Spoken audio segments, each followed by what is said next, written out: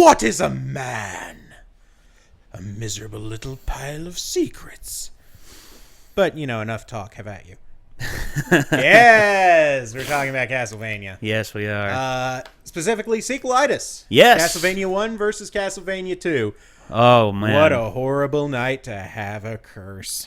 Yeah. You must construct additional pylons. Yeah. Dang it, Nate! I wasn't prepared for that. I know. I'm sorry. I had to throw something in. So there's this animator. You may have heard of him. May have. Name of EgoRaptor. He was pretty popular on Newgrounds back in the day. Oh yeah. Micah, you? I mean, I don't know what he's. I don't know what he's doing now. Yeah. Anyway, I heard it was a certain thing called Grimgreps or so Grep, Drump, Drimdrumps.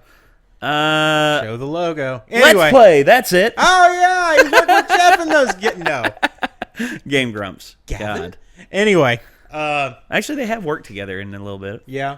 But anyway, beyond that, So, before Game Grumps, there was a little bit before there was Sequelitis, which is real good. Yes. And it's pretty in-depth stuff. I honestly like this and JonTron are really similar. It doesn't surprise me that they ended up working together. No, it doesn't me either. Yeah. I mean, John does it. Does his.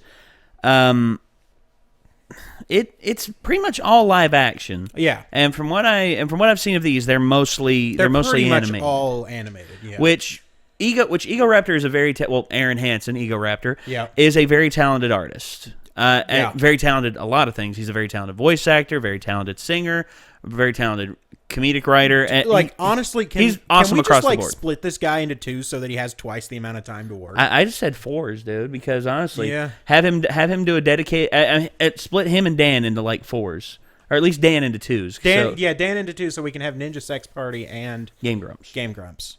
Actually, no, I take that back. Ninja Sex Party, Starbomb, and so split him into threes, split Aaron into fours, and split Ninja Brian into two. Actually, no, where Brian's on there now, split him into threes. Ninja Brian can handle it. Okay, he's fine. He's okay. He is Ninja Brian after all. Yeah. Anyway, we're gonna watch Sequelitis. Micah looks lost. No, I know. Actually, I know about Starbomb, and I had another friend that introduced me to Ninja Sex Party. Yeah, so Ninja Sex Party is good times. I am abreast of the Ninja Sex Party. Yeah, there you go. Also, Ninja Brian. I mean, Ninja Brian. Yeah, fun fact, he has a PhD. You might not know that. Actually, I'm saying that because he says that a lot. I also have a PhD. Yeah, he has a PhD in physics, if you can believe it. Oh, my gosh. And he's the ninja keyboardist for Ninja Sex Party. That's amazing. Yeah, why not? I mean, why not? Because why not? Yeah. Anyway, all right. So, Sequelitis, let's do it. Let's do it.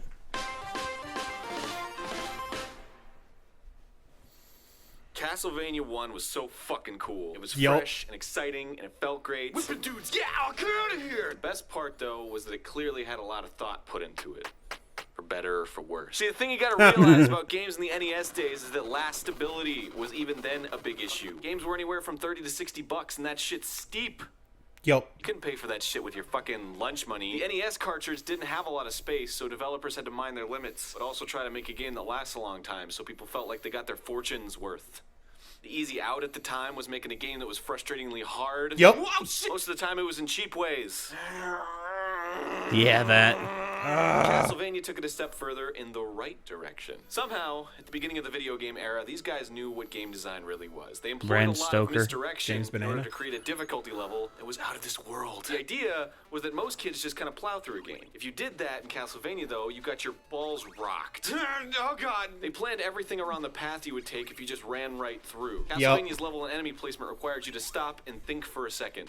Be careful and mind your surroundings. It made you take in the level design and quickly find an effective way to beat it.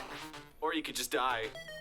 And despite being this great vampire hunter, your whip had like this delay on it. This was intentional. Oh, yeah. Jumping didn't have a delay, but your whip took a second to fire up. This All added whips this have a huge delay level when you- of depth to strategizing your attack, and it made plowing through enemies that much more of a non-option. In a way, it was kind of like a metaphor for being in an actual scary situation. You wouldn't just rush in like nothing mattered, throwing your fucking life away. You would stop nervously and assess the situation before slowly and carefully approaching danger. Also, It was fucking great. And it your felt jump was a smart little and bit funny complex, too. And it was an instant classic.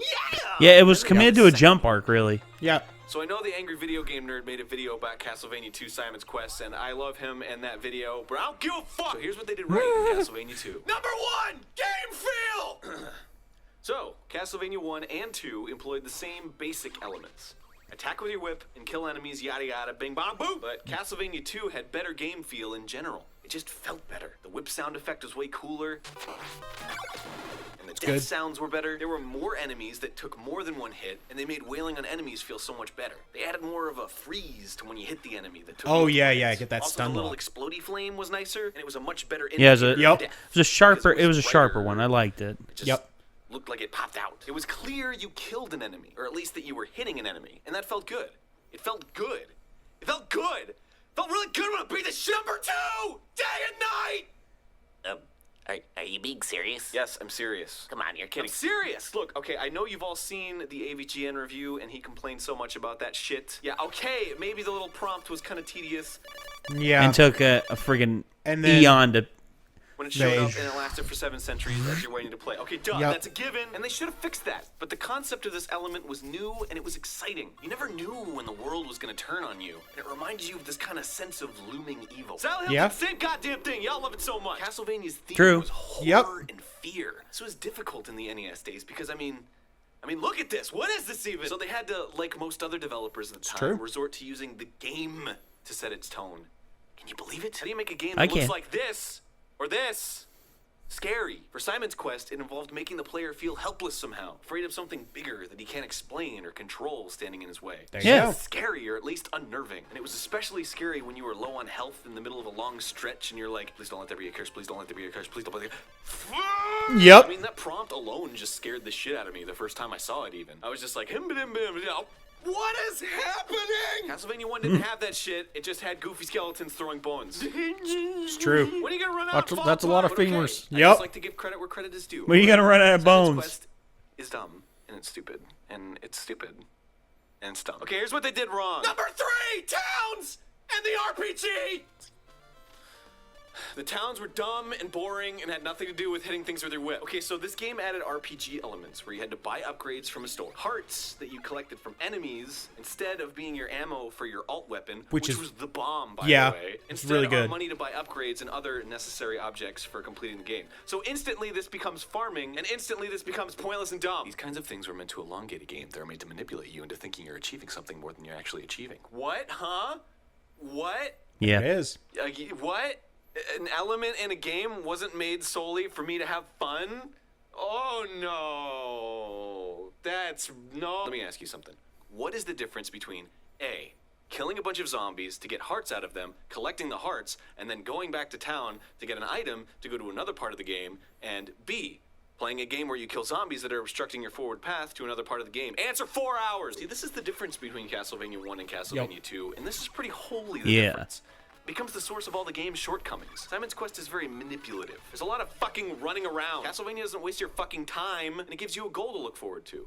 A really tough boss battle that's exciting and interesting, and a ridiculous difficulty. Holy fuck, it's hard! Fuck this shit, it's hard! Fuck, look at this boss face everywhere! What do I do? Friggin' Number death. 4! Health Yeah. continues! Yeah, the Castlevania Grim was just Reaper. straight up hard, but Simon's Quest dumbed down the difficulty substantially. And part of that was another thing that changed.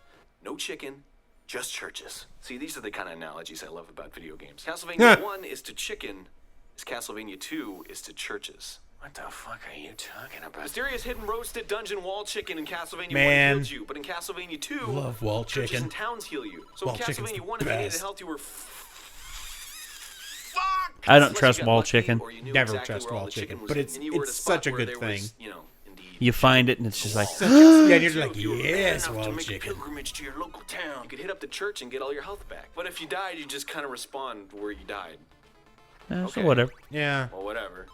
But hey, if you fucking lose all your life, you have to continue, which still spawns you exactly where you died, but you lose all your hearts. So if you're headed to buy some super important item that you need to advance, and you have to continue, then you gotta fucking grind more hearts out of enemies and waste more of your There it fucking is. time. And wandering back to a town that's a bazillion miles away to get your health back wastes your fucking time. I hope you see where I'm coming from so I don't have to keep wasting my fucking time explaining it. Either of these things could have been toned down by making health drops or just even keeping the fucking wall chicken around. I don't know. Yeah. The point is Yeah. wasting your time for no fucking reason. Number 5! The palette! Okay, I don't know about you, but the first thing that struck me about Simon's Quest when I first started it up was how boring Simon looked. Makes me wanna fall asleep. That's a JonTron line. Whoa, look at that orange! Castlevania 1, he popped out. Bam! But all of the level palettes incorporated orange in some way, and often incorporated shades of blue, which is orange's complement. AKA, it makes orange pop out. It made everything really pop in general, and the game felt alive. In Simon's Quest, Simon got this dull black outline with red dark tunic. Snore! Yeah, you need to give him a brighter outline so that he stands out. Rarely added any splashes of color and small details like Castlevania 1 did. To its credit, Simon's Quest incorporated a lot of green, red's complement, but it was all muddy and mostly stayed in kind of this safe dark palette. It never deviated too far into the brighter shades, which is sort of like how dared to do. Overall, it felt boring and it had no people today soul or say character. that most shooters are like kind of just brown blend and together blue. into one big dark gray mess. Which kind of reflects the entire game, really. Whoops, did I just say that out loud? Towns were the worst culprit of bad palette choices. An entire town was all one flat. Oh, yeah, Go indoors, yeah. it's all blue. Go outside, it's all red. Night comes and it's all dark blue. I mean, seriously. I know the NES has a limited palette, but come on, give me some contrasting colors. Give me some complement. Give me something interesting to explore and look at. Number 6, stupid enemy shit. So, as I mentioned before, Breathe, Aaron, Castlevania breathe. 1 has genius It's okay. enemy placement, and it was wicked memorable, and it gave you the sense that the game was thought out, and it was just so hard. Like, yeah, okay, it was all possible, but it wasn't like the controls were bad. You just had to strategize your jumps and attack at the right time. But Dark holy Souls. fuck, it was so goddamn hard. It was so hard, dude. It was like Dark frustrating, Souls. and it would put you in a shitty This mood is because Dark you keep Souls is fucking like the dying. Castlevania game we deserved as well. Dark Souls When you beat it, is though, a it was 3D super triumphant, Castlevania. but it made you, I'm like, gonna let even you in more on a stressed secret out. there. Yeah, well, okay, It it's is fair. straight up. Well, So you can say the same thing about basically, Castlevania 1 Bloodborne. is the perfect example Well, of I the mean, advantage of linear Bloodborne gameplay. is another You can plan Dark Souls. around Bloodborne one is the Dark scenario. Souls 2 we The player needed. is Yeah, coming or we in from deserved. one direction in any situation, and you can plan enemy and level placement accordingly. You can really give the player a tight, consistent experience that they'll remember There you go. forever. But look, in Simon's Quest, like, the enemies were in places that were just asking to die. Like, check out this part where I'm just naturally jumping and swinging, and I'm landing hits on every enemy without a second thought. Yeah. Yep. Look at that! Castlevania did like the opposite of this, especially with shit like the Medusa head. Oh, man. yeah, the Is that Medusa Simon's heads. Quest is way Such too a pain. open-ended. Stuff is all scattered everywhere, and it's easy to miss things. So you're going to be doing a lot of back and forth through the same areas you've been through over and over. Now- Fucking over. I'm sick of these fucking blobs. They're back. So with that in mind, the developers realized they can't have these complicated, ridiculous enemy layouts in the game because nobody's going to backtrack through this. No. Well, I mean, Even in the mansions, they expect you to backtrack out of them. The one place you would think the enemies would be planned out really well. It's just like they didn't really want to put any effort into it to begin with. So with all this cookie cutter enemy placement, why did they even keep the sloppy whip controls? It still has a ridiculous delay, and it still freezes you in place when you're standing still. If the point of the enemy placement now is to be able to dispatch them all Unless you're quickly jumping. when you're backtracking, Yeah. why is it still slow as fuck? You really start to feel the effects of the clunky movement when the game isn't planned around it anymore. And that's really the ultimate key to all this. Castlevania feels well thought out. It feels planned and complete. But Castlevania 2 just feels like a fucking mess. Number 7! The bosses! Okay, this is kind of a personal point, but it was a little underwhelming to not encounter bosses in all the mansions. When they finally did show up, like 50 hours into the game, you were pretty decked out with awesome shit, and you could just fucking destroy them in a second. Castlevania 1 had neat bosses at the end of every stage. True. It was wicked. Yeah, It had Frankenstein's this build-up and this monster, payoff when it restored all your Medusa, health and the you would mummy. advance to Yeah, next the mummies, crazy stage. and also It was all the different bat. map, different music and everything. I forget You felt the like bat's you were really good. accomplishing something. You felt like you were going somewhere. Number 8! Where do I fucking go? Yeah. It's probably the most common complaint, and it is a huge glaring issue. Simon's Quest is so convoluted, it's a wonder I could even finish it with a fucking walkthrough. So you can talk to townsfolk and they'll tell you shit. First of all, there's way too much shit. Way too much shit. So right away, the villagers start telling you like 70 things at once, and how the fuck are you supposed to remember every little detail? So get out a pen and paper and start fucking writing that shit. Whoa, When do I okay. stop? But nothing they say is helpful.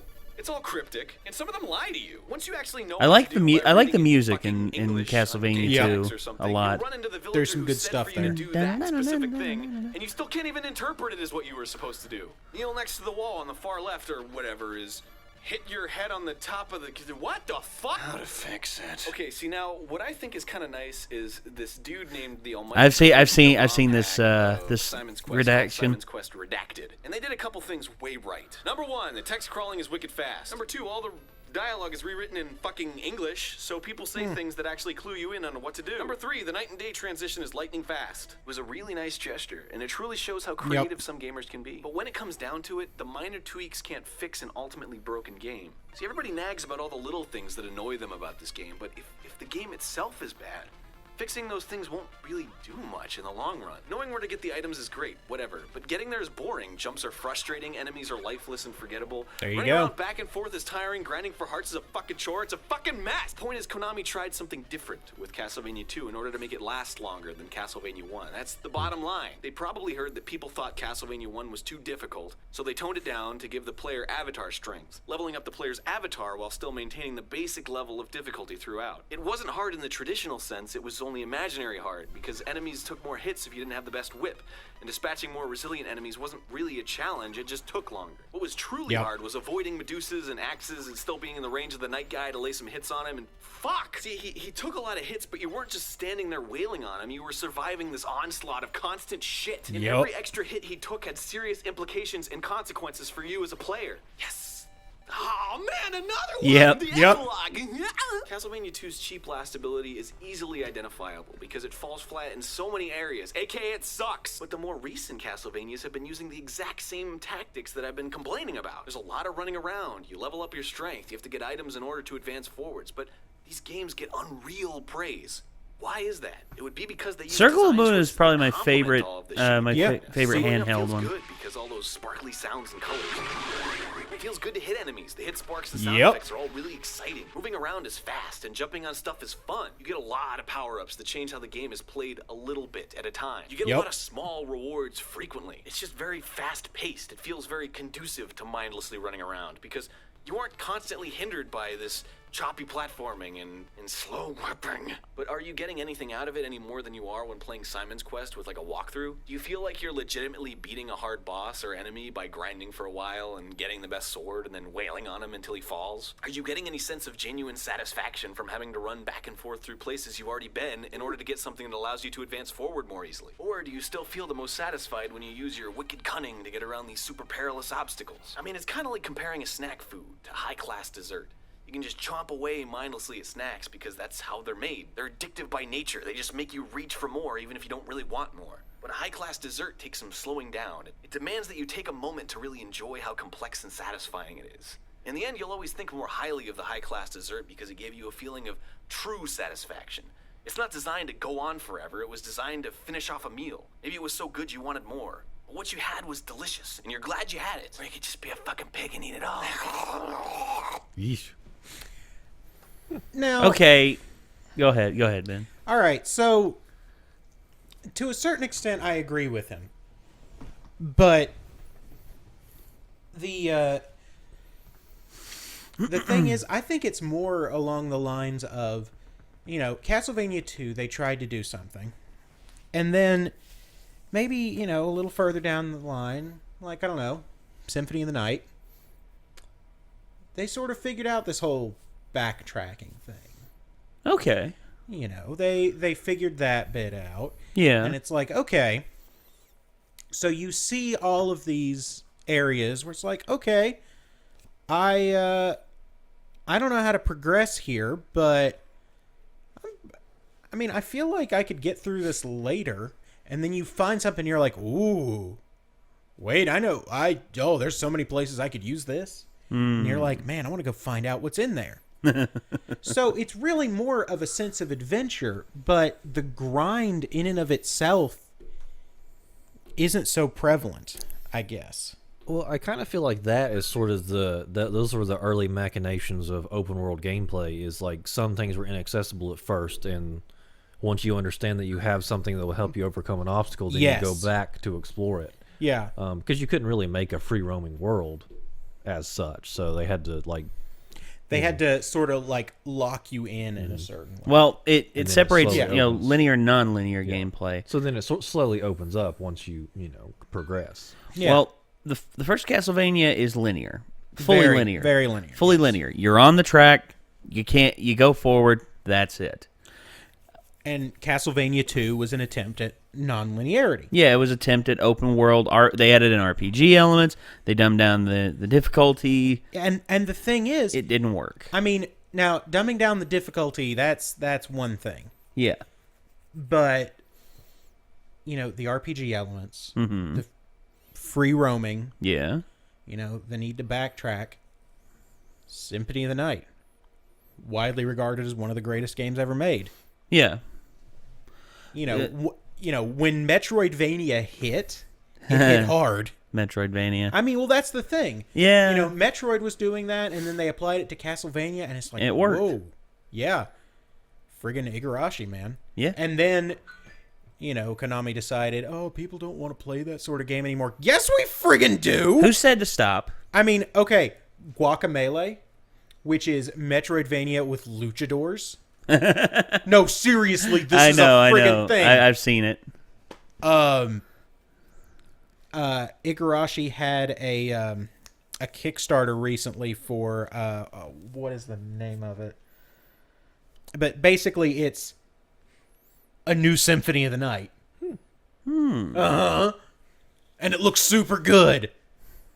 Like it all looks really, really satisfying. I'm so excited. Yeah, I know what you mean, man. But I want to say it's Bloodstained Ritual of the Night, I want to say. I'm not. Ritual of the Moon. Ritual of the Moon seems more right. Okay.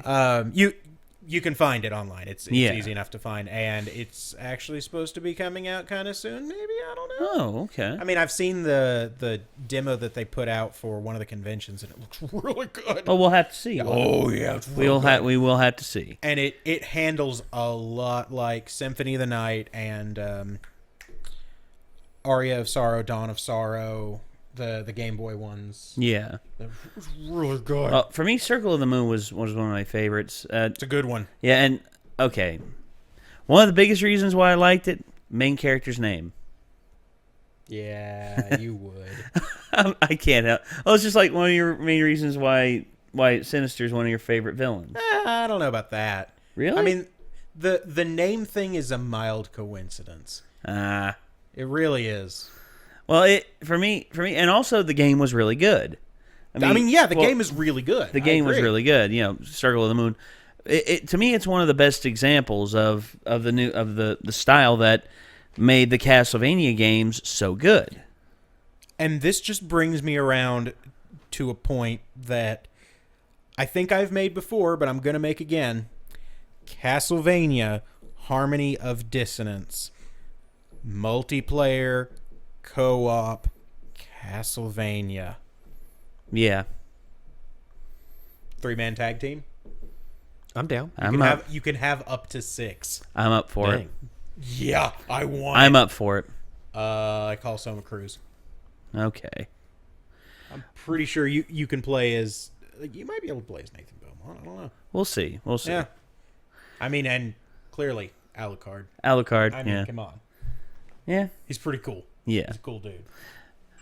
Or, we could just get Symphony of the Night on the 360. Probably. Because that's happened. Yeah, that has No, happened. that's a thing. Like, Symphony of the Night is on everything now. Well, it's probably the most popular It's real Castlevania. Good. It's so it's good. seen as the quintessential Castlevania game, other than the first one. The First one is way up there. Symphony of the Night is way up there, and then Dawn of Sorrow is honestly way, way up there. Yeah, Dawn of Sorrow.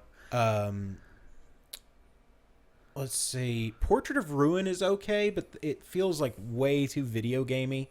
Order of Ecclesia is pretty good. I was pretty happy with that one.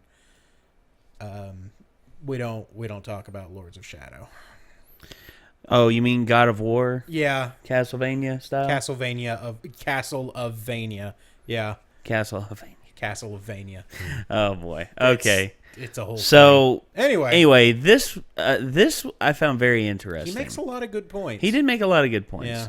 Yeah. And I have seen that redacted version of Simon's Quest. Yeah. I've seen gameplay of it, and it is a lot better. Yeah. But that doesn't, as he said, doesn't fix the jumping mechanics, doesn't fix the color palette. Yeah, because the jumping in those is janky. It's clunky.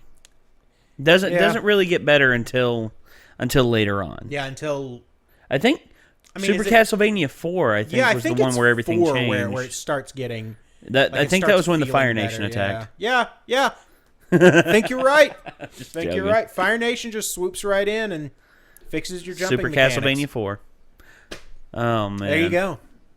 So and Sequelitis is really good. Yes, it is. And I would love to see him do more of these. I would. I honestly, he's been doing Game Grumps for a while, and also he's done Starbomb, and he's done a few other projects. Dude is busy. Yes, EgoRaptor is very busy, and I'd like to see him, one time or another, just take a moment, breathe, and then come back to Sequelitis, because he talked about doing, I think, a Pokemon one a long time ago. Oh man, there's a lot there.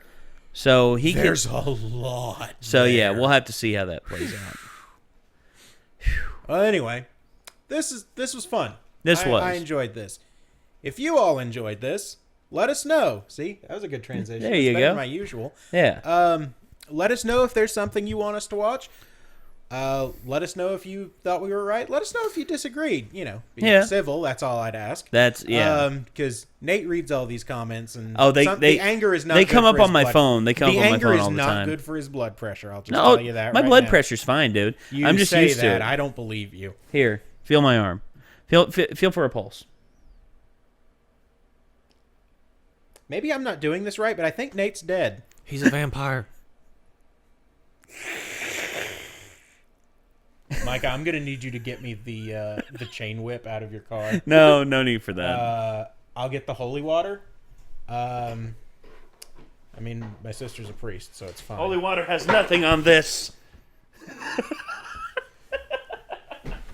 And on that bombshell, He's not wrong. it's time to end. Thank you very much for watching. I don't want to have to stake Nate, but I guess it's happening. Crap. Steak.